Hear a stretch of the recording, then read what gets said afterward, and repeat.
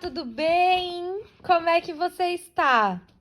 Vamos continuando a leitura do livro Como Evitar Preocupações e Começar a Viver? Paramos na página 90, de onde daremos continuidade. Na maioria, nós todos temos poucas preocupações, enquanto nos achamos em atividade, em nossos afazeres diários. Mas as horas que se seguem ao trabalho, eis as horas perigosas.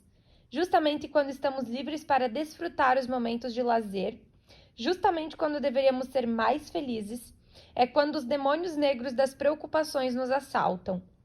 São as horas em que começamos a meditar se estamos conquistando alguma coisa na vida, se somos ou não uns pobres diabos, se o chefe quis dizer alguma coisa quando fez aquela observação, ou se não estamos ficando calvos. Quando não estamos ocupados, as nossas mentes tendem a se transformar quase num vácuo. Qualquer estudante de física sabe que a natureza odeia o vácuo. A coisa que mais se aproxima do vácuo, entre o que você e eu provavelmente já vimos, é a parte interna incandescente de uma lâmpada elétrica. Quebra-se a lâmpada e as forças da natureza nela penetram para preencher o espaço teoricamente vazio. A natureza também se esforça para encher a mente vazia. Encher com o quê?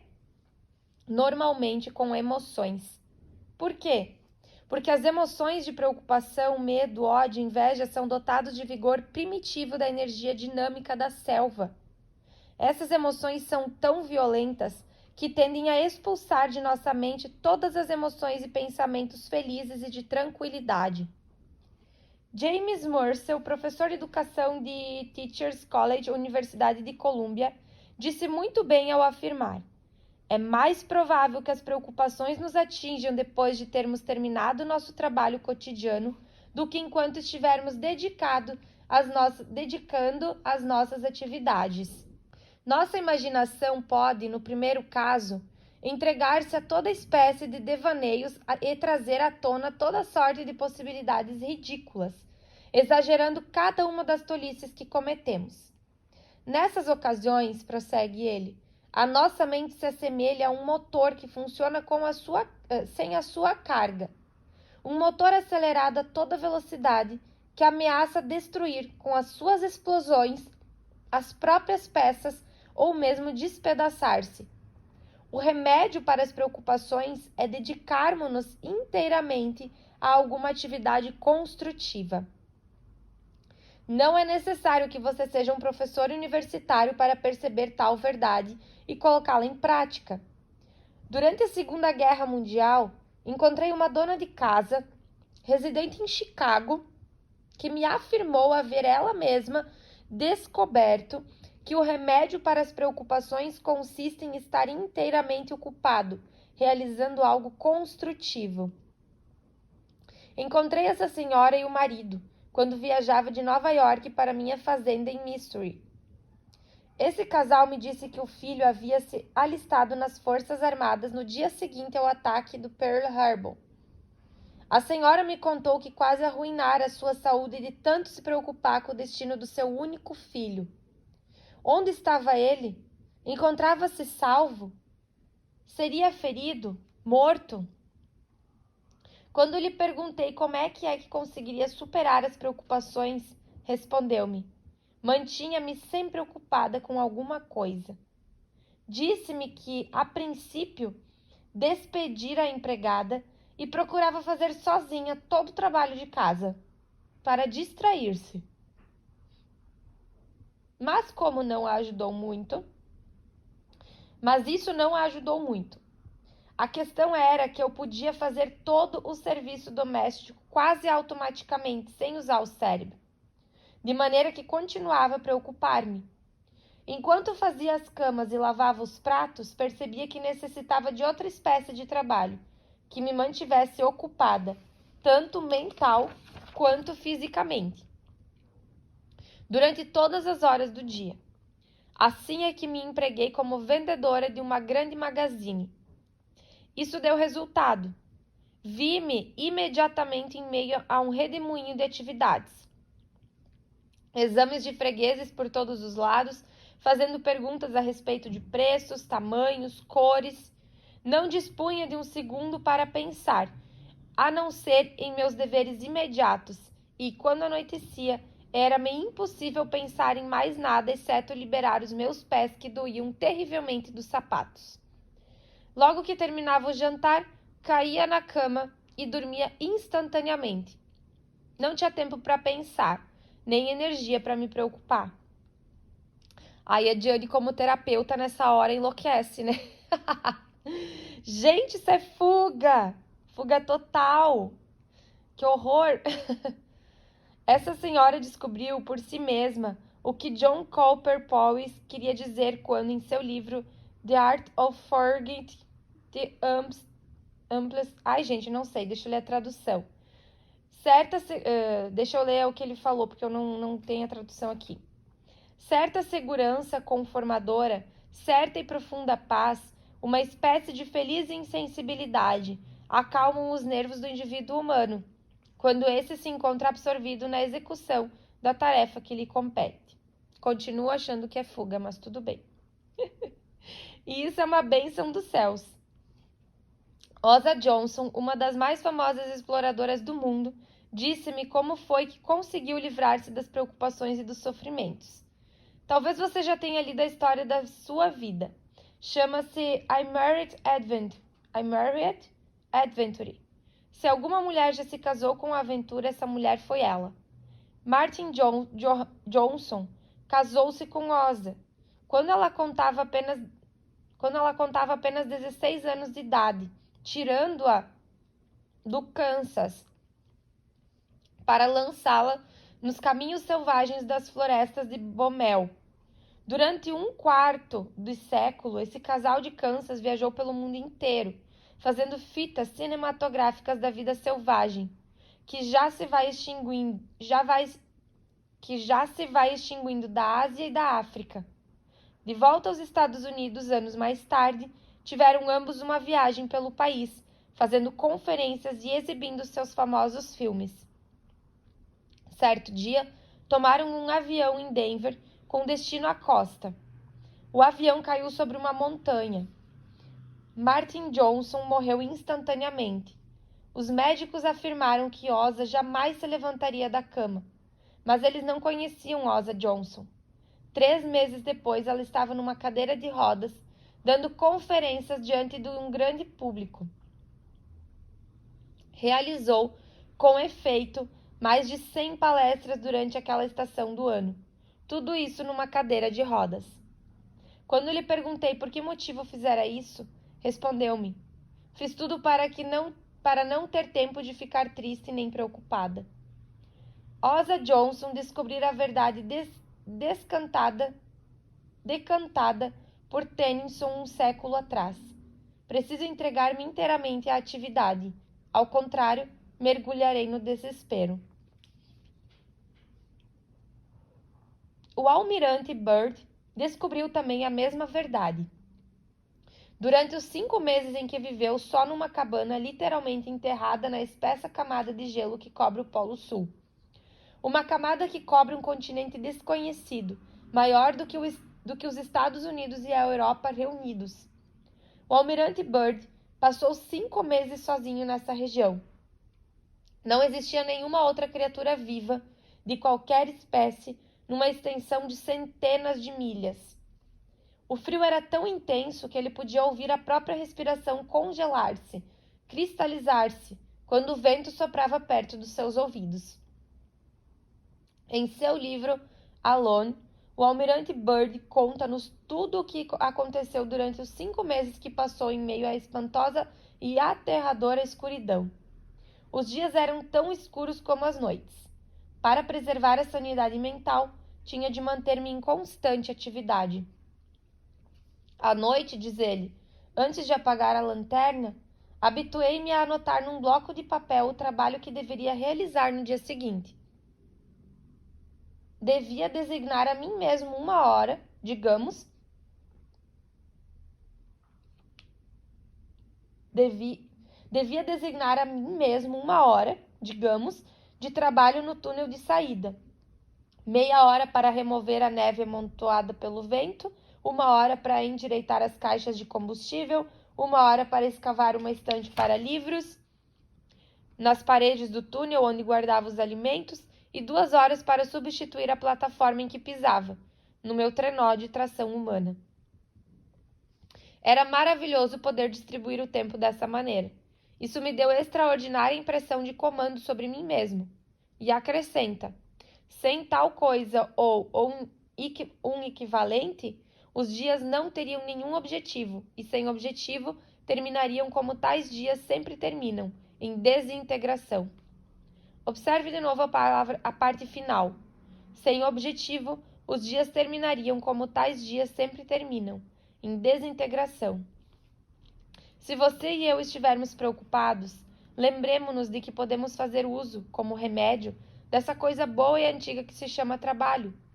Tal afirmativa foi feita por uma autoridade, o falecido Dr. Richard Cabot, antigo professor da clínica em Harvard. No seu livro What Man Life By, o Dr. Cabot diz: como médico, tive a felicidade de ver o trabalho curar muitas pessoas que sofriam de paralisia e fraqueza da alma, em função do peso das dúvidas, hesitações, vacilações e medos. A coragem que o trabalho nos dá é como a confiança em nós mesmos, que Emerson tornou para sempre gloriosa. Se você e eu não nos mantivermos ocupados, se nos sentarmos num canto e ficarmos remoendo as nossas preocupações, poremos à solta uma manada inteira do que Darwin costuma chamar de Weber-Gibbers. E os Weber-Gibbers são não mais do que diabretes que procuram destruir-nos, aniquilar-nos à vontade e o poder da ação.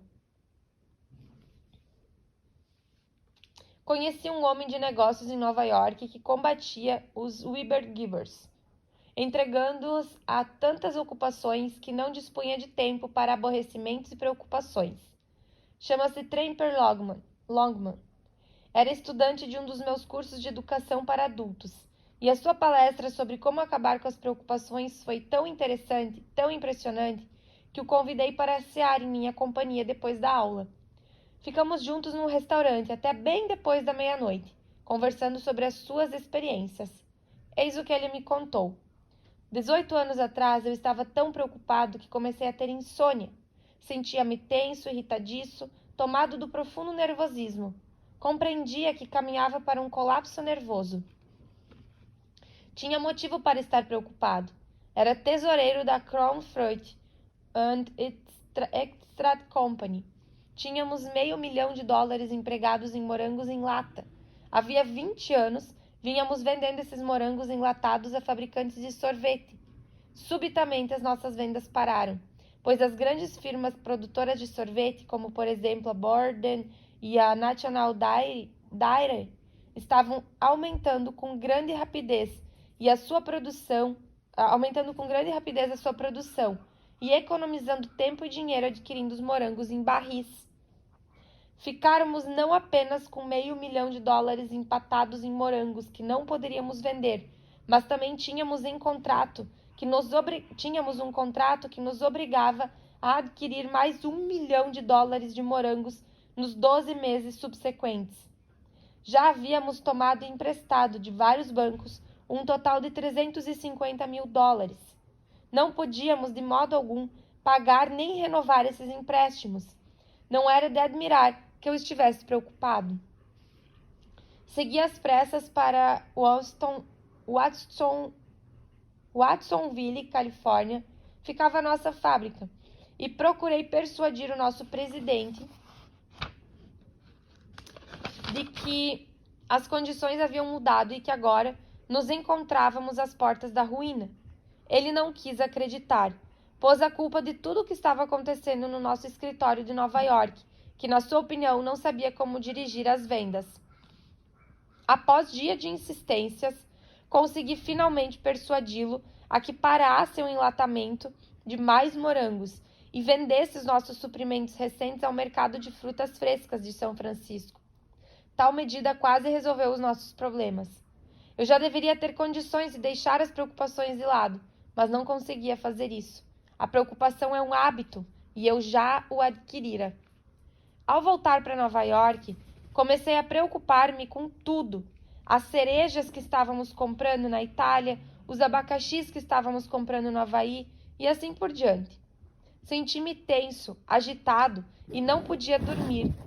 Como já disse, caminhava para um colapso nervoso.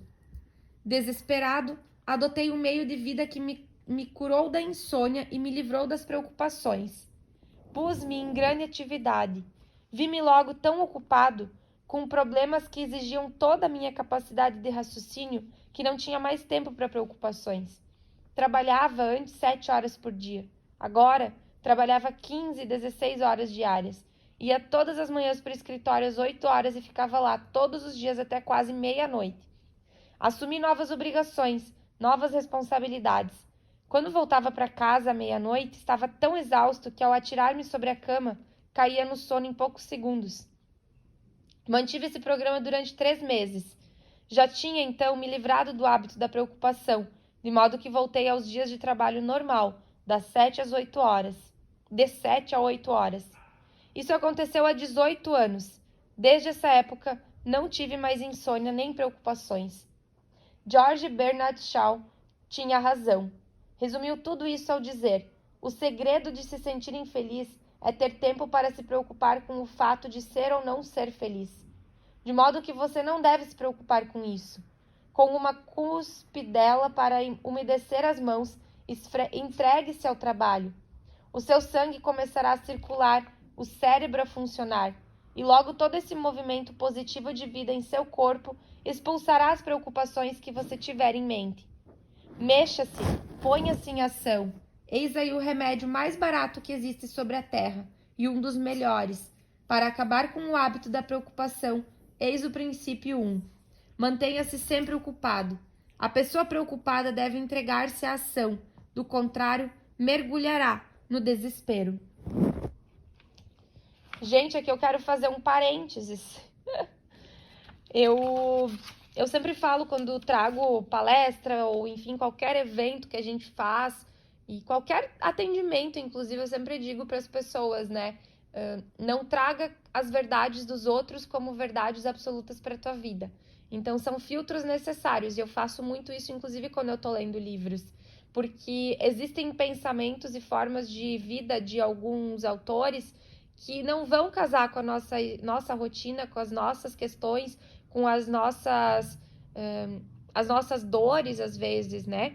E eu gosto muito de fazer a leitura sempre com esse olhar de tipo, tá, isso faz sentido para mim? Isso não faz sentido? Isso teria real conexão com a minha história de vida ou não? E esse aqui é um capítulo agora, sim, que eu vou confessar para vocês que eu li com dor, porque eu trabalho todos os dias a mente e o coração, as emoções das pessoas que fogem e fugiram durante anos de olhar para as questões necessárias da própria vida e se afundando em trabalho, em relações tóxicas, enfim.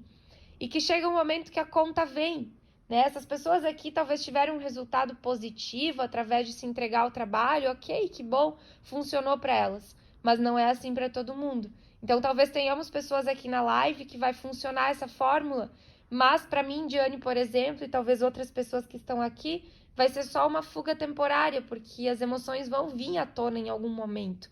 Então, quando a pessoa, ao pensar na vida, ao refletir sobre si, ao olhar para a própria vida, ela tem medo do que vai vir a ponto de se atolar de trabalho, aqui a gente já pega milhões de crenças, né? Crença de esforço e sacrifício, que tem que ser pesado, difícil, senão não vai ter resultado. Ou se esforço tivesse a ver com resultado, meu Deus, eu não sei quantas pessoas seriam herdeiras, porque eu não sei vocês, eu sou descendente de pessoas muito esforçadas, né? Então, a gente olhar para esses movimentos de leitura também, sempre com esse radar ligado. Para mim, esse último capítulo, pessoalmente, profissionalmente, foi uma dor, porque é totalmente o contrário do que eu acredito, idealizo e faz sentido, né? Então, se fez sentido aí para ti, que bom. Se não fez, quero te dizer que tá tudo bem, para mim também não fez, né? Porque fugir para o trabalho, para mim, não é uma maneira de resolver preocupações, e sim encarar de frente e resolver, né? O que está me preocupando? O que realmente está me causando dor? Vamos olhar para isso é sistêmico, isso é emocional, isso é espiritual, o que a gente pode aprender aqui, evoluir, para que fique leve ali na frente, né? Porque nós não somos máquinas. Máquinas seria tudo muito mais fácil e perfeito de resolver. Então vamos para o próximo capítulo, mas queria muito trazer esse parênteses aqui de que estou trazendo na live de leitura toda a minha sinceridade, né, e minhas colocações sempre com base naquilo que muito estudei, muito busco e atuo no meu dia a dia. Então que nesse movimento realmente essa parte aqui não teve conexão, não teve sentido nenhum para a forma do meu pensar. Vamos lá então. Capítulo 7. Não deixe que os insetos o derrubem.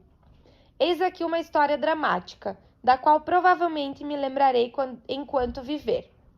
Contou-me Robert Morrow, de Nova Jersey. Recebi a maior lição da vida em março de 1945, disse-me ele.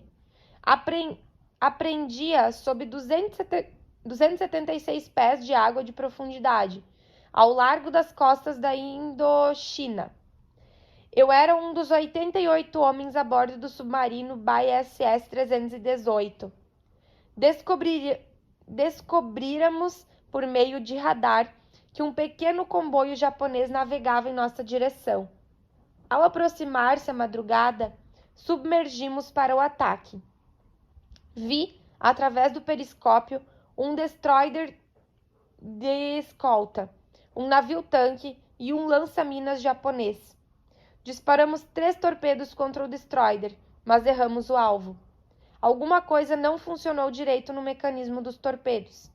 O destroyer, sem saber que fora atacado, continuou na mesma marcha. Estávamos nos